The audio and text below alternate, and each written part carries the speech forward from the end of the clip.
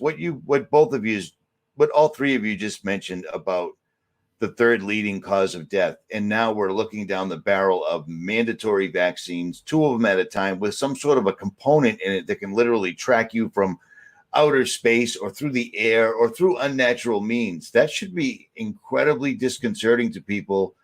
And for the majority, this entire thing has put 9 out of 10 people to sleep. They're walking around with their masks. They're not shaking hands. They're not hugging. They're not interacting with their loved ones. This was masterful. This was masterful. And if it was true, why would they be lying about every single number? You can't get real numbers out of anybody. They tell you 90,000 people have died worldwide in a 4-month, 5-month period. In the scheme of things, with billions of people on the earth, that's a good day medically, in my opinion. I mean, I'm not a doctor, but I know one. Yeah. You know what I'm saying? Well, I've been looking at the CDC data on a daily basis, right? And we don't have any more people dying this year compared to the average of the last 3 years. So that actually means it's not even the highest year in those 4 years, right? Because if we look at each individual year, we're going to be lower than at least one other year in the past 3 years. So if we have less people dying, then, there's no evidence of any pandemic. So all of these measures that they're taking are, completely for other reason, and it's about gaining control of us. Well, here's one that I can't quite figure out. They're going to say, well, the reason that the death rates aren't out of control to actual pandemic proportions is because we engaged in social distancing. Everybody locked themselves in their houses, gloves, masks, etc. But meanwhile, the influenza rates from last year and this year remain the same. How do you explain that? You know what I mean? Like, how could they explain that? Because I know that's what they're going to say. Well, the reason it didn't go where people were dropping in the streets like birds falling from the sky is because we had everybody stay in their house and social distance. But how come that didn't affect the amount of people dying from the flu? Because the same as last year is the same as this year. Is somehow smarter than COVID-19? Of course, they're going to, say that the reason why we had fewer deaths, right, is because of the lockdown measures, right? And that's what they did in China to convince everyone else to adopt these. But the thing is, if there are no overall excessive deaths, right, that means not one person died of COVID, right? If we had everybody else this year died of all the normal things, but then because we have a new disease, then people who wouldn't die this year are going to be dying of this new disease, right? If that were true, then you'd have more deaths this year than last year. But we don't have it. In fact, we have slightly less, right? So there's no proof that one person died of a new disease, right? So there was no curve to flatten, is what I'm saying. Yeah. But the other thing is that the fact that everyone's been locked in their own houses and not seeing other people rather gives the lie to the idea that there are any infectious diseases, because nobody's spreading anything to anybody else. So there are no infectious diseases, and this proves it as well. So not even influenza, which we discussed before, that it's not a contagious disease, but they're just symptoms that people have from normal processes of the body kind of clearing out toxins and the cyclical kind of processes that help the body to restore health, remain healthy. So yes, it just shows there are no infectious diseases because everyone's been keeping away from each other. And yet the experience in the UK, Andy, is the same as the States. There's no real increase in deaths. So again, it gives a lie to the fact that there's extra people dying from this dreaded disease sweeping the world. Just there's no evidence to support it, even in their own figures. So crazy. But I don't know why more people don't see it, and that I find very dismaying that people are asleep, and I know lots of people, I'm sure you do too. Yep. And they just are asleep, and they don't take kindly to trying to point a few facts out even, which is very sad. There are so many barriers for some of those people to wake up that it's too difficult. And I think it's important to, just recognize that they're not open to it. And, to try to have compassion for them, because as these measures roll out, they're going to be the ones who are harmed the most, right? Because they're going to be the first volunteers for the vaccine, and whatever the consequences of that, they're going to be suffering. They're going to be the first ones to volunteer for contact tracing. They're going to be the first ones to be pulled out of their home and put into some designated quarantine site. So I think about those things, and I have compassion for those people. But on the other hand, I have seen a lot of people who have been waking up. Some of them have been reaching out to me. I see more people every day. And I think there's a lot of people also who are waking up, but they're afraid to go out and tell people about it, because they don't want to be ostracized, and they don't want to be ridiculed or peer pressured. And I really wish these people would become a little bit more courageous, because the risk of not coming out publicly is getting to be much bigger than the risk of coming out and talking about this. And so it's really important, and I'm hopeful that as things get pushed a little bit harder, that these people are going to find the courage and decide to stand up. Because, how can you subject yourself to this tyranny when you know that there is no justification for it whatsoever? And even if there was a real illness, shouldn't it be up to us as individuals if we want to put ourselves at risk or not?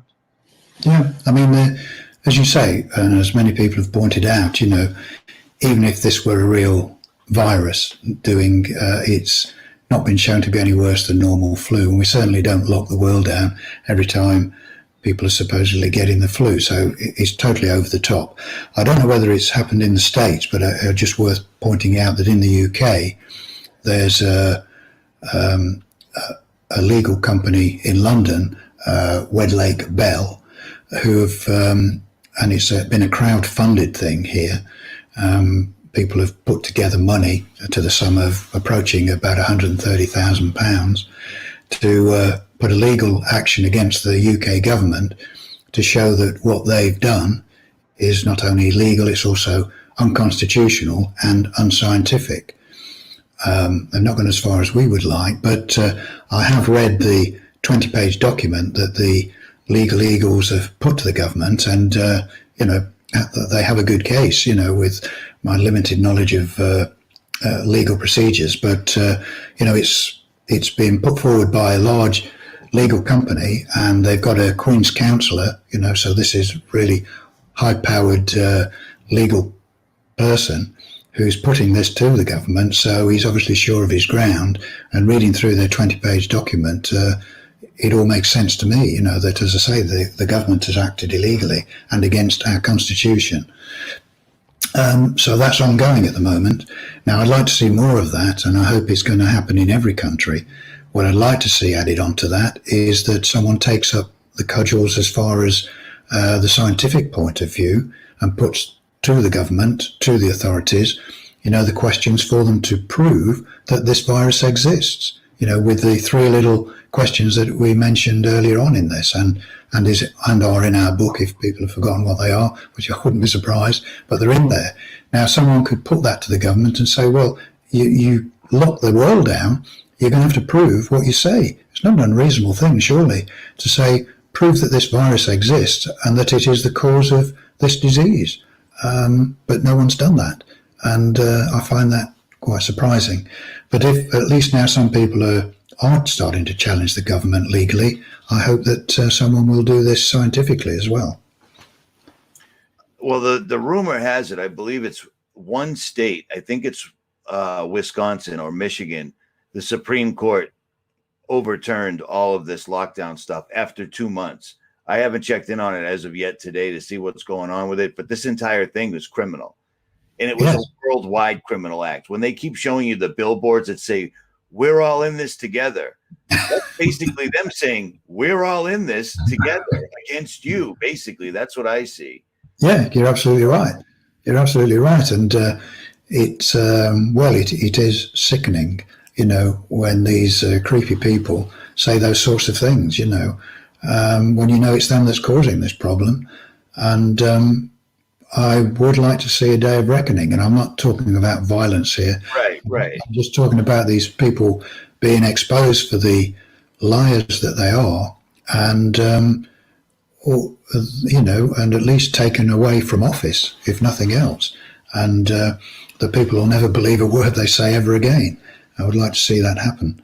And I'm optimistic. How people have bought it hook, line, and sinker in the States, though. I mean, it's amazing. And it was brilliant to lock everyone in their house. They're sitting there watching nothing but mainstream fear porn, telling them, are you having a difficult time breathing? And they're giving them all the symptoms repetitively over and over. And some people will actually, I mean, television's a weapon. It wasn't there for entertainment. It was there to guide the population. So it was pretty well done, because it's still going on to this very moment. And there've been plenty of sort of films giving out the propaganda over the last few years or decades or whatever. I can't remember all of them, but with names like Contagion and Epidemic. No, it wasn't Epidemic. It was something else. But it's social conditioning, getting people ready for this kind of thing. So when it happens, everyone's like really scared, and that's one of the things that we're trying to do, is to take the fear away and say there is nothing to be scared of. There isn't a virus that you need to be scared of. And hopefully that more and more people realise that and start looking at what's actually happening. But it can be a bit of an uphill struggle. But we are, again, seeing, like with Andy said, we are seeing more people starting to look at it and starting to say, I've looked at it, and because it is so massive what they've been doing, that it has made people it stunned people into actually questioning things for the first time, possibly. So we think it's good in a way, because it's actually giving us the opportunity, but everyone's got to realise it's an opportunity to maintain our freedoms. Well, it's a very important turning point. I mean, it's.